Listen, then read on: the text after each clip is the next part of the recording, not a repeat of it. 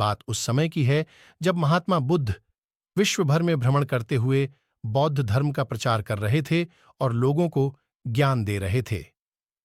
एक बार महात्मा बुद्ध अपने कुछ शिष्यों के साथ एक गांव में भ्रमण कर रहे थे।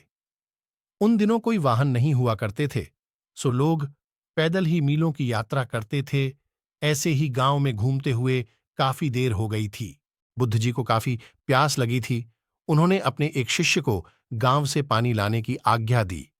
जब वह शिष्य गांव में अंदर गया तो उसने देखा वहां एक नदी थी जहां बहुत सारे लोग कपड़े धो रहे थे। कुछ लोग नहा रहे थे तो नदी का पानी काफी गंदा सा दिख रहा था। शिष्य को लगा कि गुरु जी के लिए ऐसा गंदा पानी ले जाना ठीक नहीं होगा। ये सोचकर वह वापस आ गया।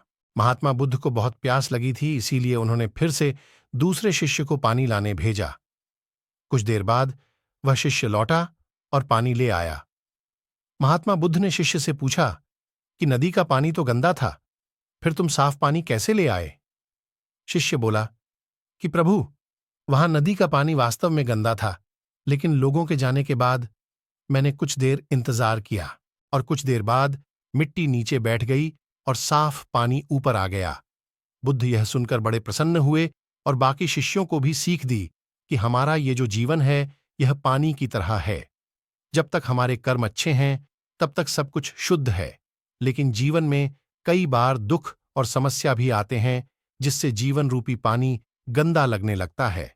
कुछ लोग पहले वाले शिष्य की तरह बुराई को देखकर घबरा जाते हैं और मुसीबत देखकर वापस लौट जाते हैं।